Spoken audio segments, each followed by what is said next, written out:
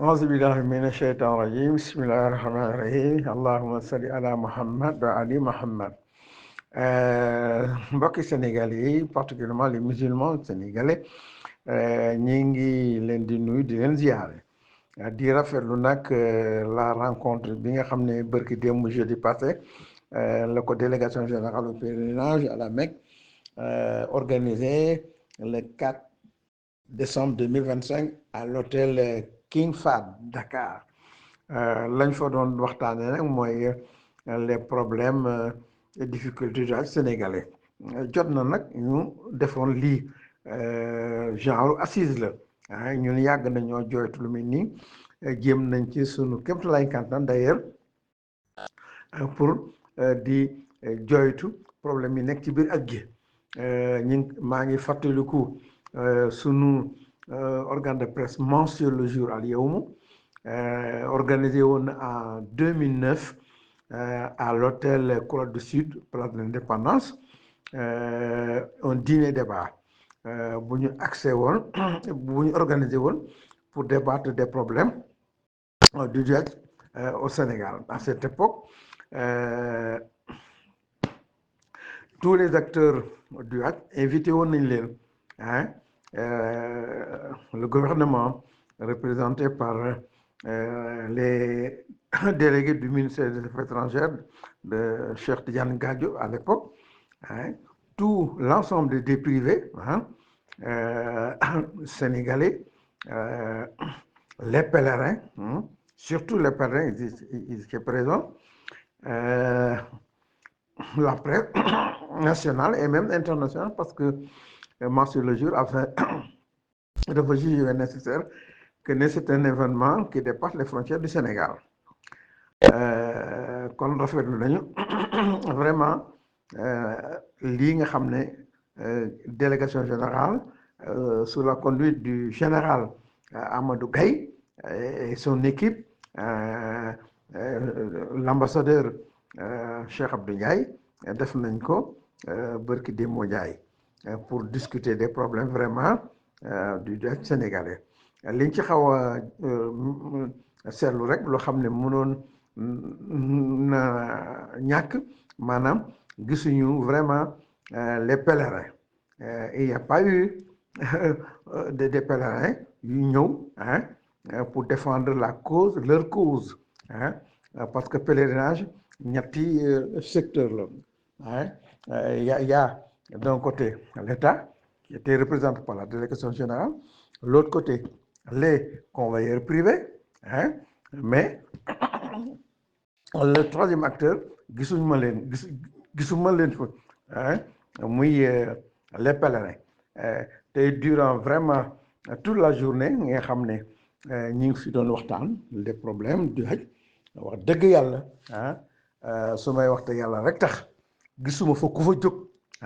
défendre la cause des pèlerins. Je le répète, gisuma fa kenn ku jóg di défendre la cause des pèlerins te pèlerinage fu ñu koy wax pèlerin moo tax ujaaj amul pèlerin amul convoyeur pèlerin bi du am client bu mu yóbbu Makka donc la prochaine fois délégation générale bu toogee représenter l'État les privés toog di défendre leur cause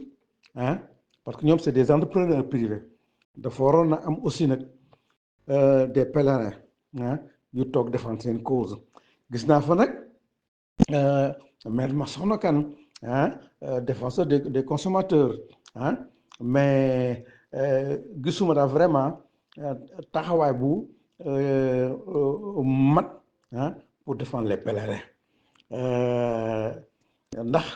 li pèlerin di jooy ñëpp xam nañ ko ren jii rek am na fa ay pèlerin yoo xam ne saaga sax def nañ ko fa ndax am na fa pèlerin bu dem bay wax naan Sénégal yi lii baax na ci ñoom retardu avion Air Sénégal la woon mu daal di ne Sénégal yi lii baax na ci ñoom parce que ñoo ko wote dañu bañoon kuy ngeen jéggal ma ci baat bi dañoo bañoon kuy saw léegi kuy def lu ëpp saw la ñuy def baat bi mënuma cee jaar moo tax ma ne gisuma pèlerin vraiment bu fa ñëw défendre la cause des pèlerins ñu taxaw foofu dellu siwaat incha allah ak gi li ko seer ñu dellu siwaat ndax ñu ngi doon wax foofu naan benn pèlerin jigéen la woon sax bu dem bay saaga ngir rek benn volu Air Sénégal yu doon tardé kon bu ñu bëggee maanaam régler aj gi nañ ko commencé d'abord ci avion yi Air Sénégal waruñ ko jox un monopole de transport aérien te privé sax ñoom dañuy def contradiction seen biir ndax ñoom ñu ngi woote privatisation totale ndax 11 000 pèlerins ñoom ñoo leen di convoyer alors que bu ñuy wax privatisation fu ñu waxee privatisation dañ fa war a wax libéralisation parce que privatisation mënut a ànd ak monopole te effectivement Sénégal gouvernement Sénégal bu dafa def jox Air Sénégal un monopole du transport aérien moo tax ma ne ñaar yooyu ànd nañu privatisation et monopole mënut a ànd c'est gouvernement bi dafa war a def maanaam appel d'offre chaque année compagnie yu soumettre bu ñu soumettre ñu seet ku gën a yombale prix ñu jël ko loolu bokk na ci li nga xam ne dina wàññi aj gi maanaam njëgu aj gi te pays africain yu bari noonu la ñuy def aju ren gi 2025 dem naa fa maa nga fa woon 2 mois avant aj gi ci biir aj gi donc def naa reportage enquête pays yu bari muy Mali di Burkina di Niger di Tchad di Guinée-Conakry ñoom le transport aérien est libéralisé chaque année dañuy appel d'offre la ñuy def compagnie ba gën a yomb moom la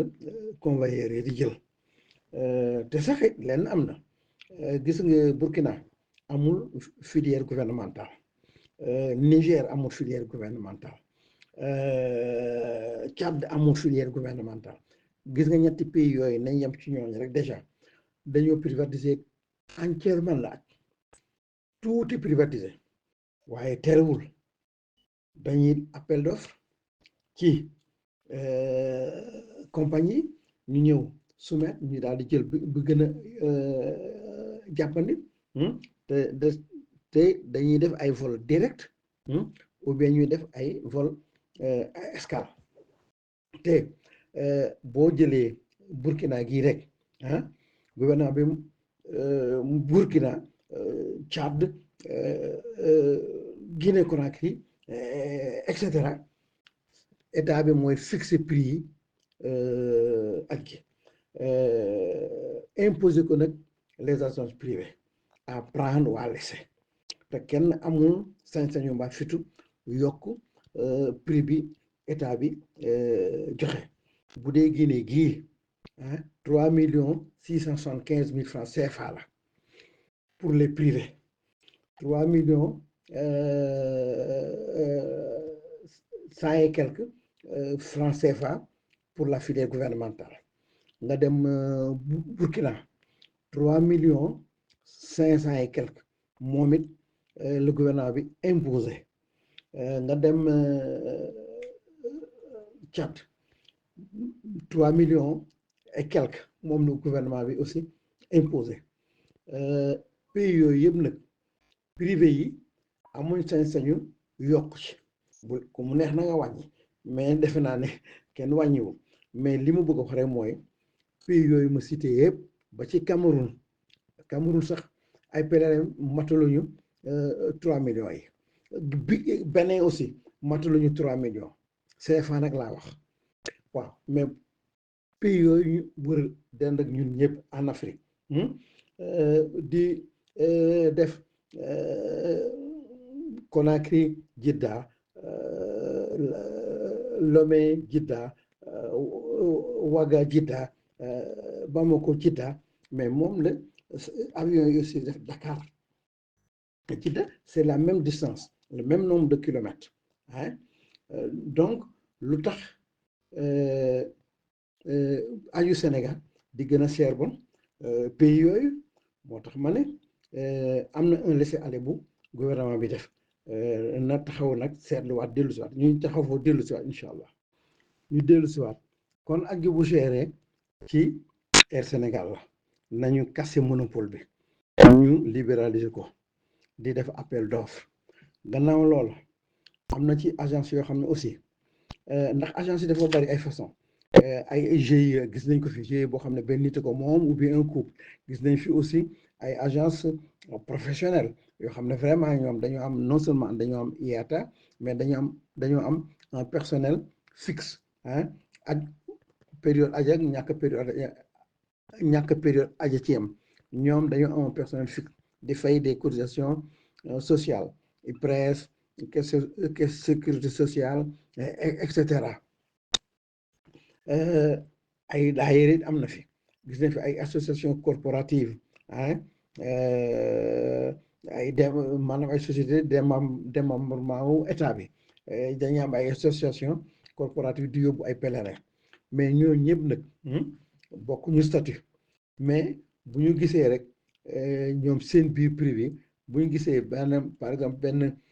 association corporative daal di affiché 6 millions nga gis fële am na fi benn GIE boo xam ne benn nit ka moom da dégg ne ñeekat 6 millions lañu affiché man tamit 6 millions laay affiché loolu am na fi kon dañoo waroon def li naan ñu segg affaire yi xar ca xar ya bëy ca bëri et cetera mais buñ bëggee jël benn GIE boo xam ne kenn ko moom mbaa ñaara ko moom ah amul sax siège fayu siège location ah garage lu ubbi këram am na fi gis nañ ko bokk du warul bokk ak koo xam ne une agence professionnelle la moo xam IATA la am moo xam ñu amu ko mais am na ay charge sociale location centre son siège social par exemple son personnel et cetera kooku on peut comprendre à la rigueur sax muy ay affiché ay prix wu exorbitant ay 5 millions et cetera mais dama ne agence boo xam ne ou bien GIE boo xam ne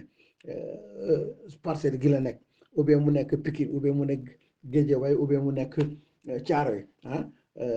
bëgg aligné sur le même prix que ku nekk par exemple centre ville ou bien ku nekk méridien loolu laa wax ne il faut ñu segg affaire yi assainir affaire yi waaw ndax aj gi kenn terewul nit ñi liggéey ci am ci ay bénéfice mais bénéfice yu jéggi dayoo ñun loolu la ñuy bañ moom la ñuy xeex parce que aj gi avant muy nekk créneau commercial acte religieux la ak jaamu yàlla moo ñu ko sant yàlla moo ne ci suutu Baqara sax la ko waxee bokk na ba fu mu ko waxee bokk foofa sant nañ leen ngeen dem aji ak umra léegi nag bu fekkee nag nit dafa jóg nag ne def na kii créneau commercial naa ci dugg di def ay prix yoo xam ne nag exorbitant comme ni ko général délégué bi waxee néew doole bu mel ne man ou bien mbaa doole bu mel ne man ak sama catégorie dootu mën a dem joxe ji farta bi ko yàlla sant loolu la ñuy kaas ñun terewuñu nit ñi def ci commerce bu leen neexee gis nañ sax dégg nañ sax keroog ay haut cadre yu nekkoon dans des sociétés bien cotées au Sénégal mais dégg nañ millions yi nekk ci at ji rek ou bien pour ne pas dire milliards daf leen jaraloon sax ñu démissionner seeni société ngir ñëw rek mën a dugg ci biir at ji pour rek lekk ci millions yooyu nag laa wax ne warul pousser nit ñi nag obnubiler leen nag ba ñuy gàllankoor jaami yàlla yi duñu mën a dem aji ñun loolu mooy sunu combat te duñ ci tàyyi ndax présentement près de 300 agences de voyage ñoo nekk ci aj gi agence privée te délégué mi ngi révélé keroog plus de 3000 demandes d'agrément ma nga tegu ci taabalam mais xool leen loolu 3000 demandes toog pour dugg ci aj ji pour wuti lekk ci millions yi loolu moo lay woon ne kon ñoom xam nañ ni kon aj ji ak jaamu yàlla kese yóbbutu leen fa dañ cay commerce waale commerce boobu laa xam ne ñun terewuñ ko kenn mais nag buñ ci laxas jaan ba kenn dootul mën a jaamu ji yàlla ñu taxaw foofu dellu si waat keroog ci débat bi Méridien toujours le 4 décembre 2025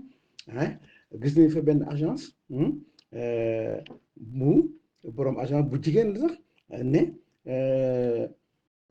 aj gi moom am na tiim na on l'a déçu parce que lii yaayam tabaxoon yëpp ñu ñëw délégation bi bëgg ko toj moom it li mu yaakaaroon doon liggéey yëpp agent bi naan ko délégation bi naan ko toj du dëgg du yoon bëgg a def table rase et cetera alors que délégation bi moom dafa wax réorganisation d'ailleurs sax délégué était obligé de revenir à plusieurs reprises di préciser donc il ne faut pas parler de table rase mais il faut qu'on réorganise te il a parfaitement raison parce que présentement plus de 300 agences privées ñoo nekk au Sénégal te yàlla toujours de problèmes ay pèlerin nga fay jooytu di saaga et cetera ba 3000 demandes ngi taxaw ci taabal ji bëgg dugg ci biir aj gi loolu moo lay woon ne ñoom xaalis lañ ciy wut si xaalis boobu nag laa ko na benn agence bu jigéen borom agence bu jigéen boog taxaw na nee na comme ni ko mbëru làmb yi waxee naan mbëru xaalisu làmb ji moo ma ngénte mu daal ne man mi wax ak yéen xaalisu aj gi moo ma ngénte kon man tiit naa am naa déception bi ngeen bëggee def table rase ci liñ doon liggéey loolu mooy firnde ne kon aj gi avoué nañ ne il y a des profits il veut s'accrocher à leur profit ñun tel muy leen ñu bénéfice mais nag nañu nangu ne kon c'est des commerçants nañu nangu ne c'est des businessmen bi nga xam ne à l'époque le premier ministre Hadjibou Soumaré jamono Abdoulaye Wade waxoon na leen ko ci benn conseil interministériel ne leen yéen vous êtes des commerçants ñuy met di tëb di daanu mais xale bu jigéen bii wax na avoué na ndax bu waxee ne moom ci xaalisu aj gi moo ko ngénte loolu moo lay won ne kon aj gi jaamu ji yàlla rek yóbbu leen xañ na leen fa yóbbu xañ na dina leen fa yóbbu mais leen gën a téye ci biir mooy xaalis parce que buñ leen ne nañ ko yaatal nañ def table rase pour 3000 demandes yi nekk depuis 2017 di xaar pour ñu jox leen agrément jox leen quota ñii fa nekk nii 300 yi fi nekk nii 3 agences privées fi nekk daal di lànk loolu mooy maanaam ak siis la sax loolu moo lay wane ne aussi bëgguñu séddoo maanaam bëgguñu yaatal yi fi ba ñeneen dugg lekk ci millions yi ñun dama wax ne nañu laver de nos esprits le fait que ne aj gi daal wutukaayu xaalis la wutukaayu xaalis googu nag ñoom nuñ ko amee rek baax na loolu laa wax ne il faut état bi jóg ci wax ci aj ak jaamu yàlla la avant muy nekk leneen pays africain yi ma la wax nii muy Guinée di Mali di Burkina di Mauritanie di Cameroun ñoom ñëpp ñu ngi logé aux alentours de la mosquée de Oussama Ben Laden ñii dem màkk ñëpp xam nañ fan la Ben Laden nekk Ben Laden boo fa taxawee sax ku nekk ci kaaba gi bu yuuxu nga dégg ko dama bëgg wax ne soriwul ñu ci bëree bëri fa ñu logé te ñun gis nañ sax ren ci benn hôtel boo xam ne hôtel 2 étoiles la soriwul kaaba la yàlla xam na ne ay privé guinéen ñoo fa logé te privé guinéen 3 675 000 francs leen gouvernement Conakry imposé moom la ñu fay ñu ñëw dëkk ci hôtel boobu bokk ko aussi avec des privés sénégalais yoo xam ne ñoom 5 500 000 la ñu fay te Conakry avion bii daw Conakry Jidda mooy daw Dakar Jeddah même nombre de kilomètres kon pourquoi c'est différent ñu ñëw Makka bokk ba hôtel boobu différence su package yooyu loolu laa wax ne c'est la différence elle est énorme hein c'est pas normal il faut que délégation def des visites inopinées dans les hôtels à Makka et Médine ba xam ci yan conditions le pèlerin privé yi di loger ñu taxawaat foofu dellu si waat incha allah délégué mi joytu comme ni ñu ko waxee rek les prix sont exorbitants au Sénégal mais il n'a qu'à prendre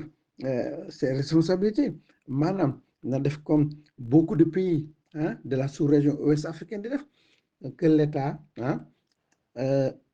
définit na définir prix imposer ko les privés buñ ko defee aj gi dina jaar yoon dina normal ba pare ñu démystifier les hôtels 5 étoiles nit mën na aji Makka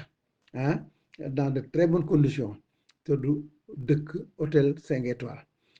hôtel 2 étoiles yaa nga fa 3 étoiles yaa nga fa 4 étoiles yaa nga fa juste ci Kaaba gi mais nag bu fekkee da nga bëgg nag def aju maanaam doo sonn doo ñàq da nga mel ni voyage de noces ngay defi ou bien excursion ngay defi boo amee say milliards bëgg ko kasare sànni ko bu la neexee du dëgg mais nag état bi dafa war a sóor maanaam bàyyi xel ñëw doole yi ndax bu yàlla waxee ñu aji Makka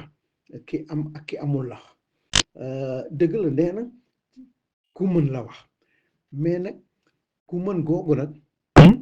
ci la yenn convoyeur privé yi di profité nag di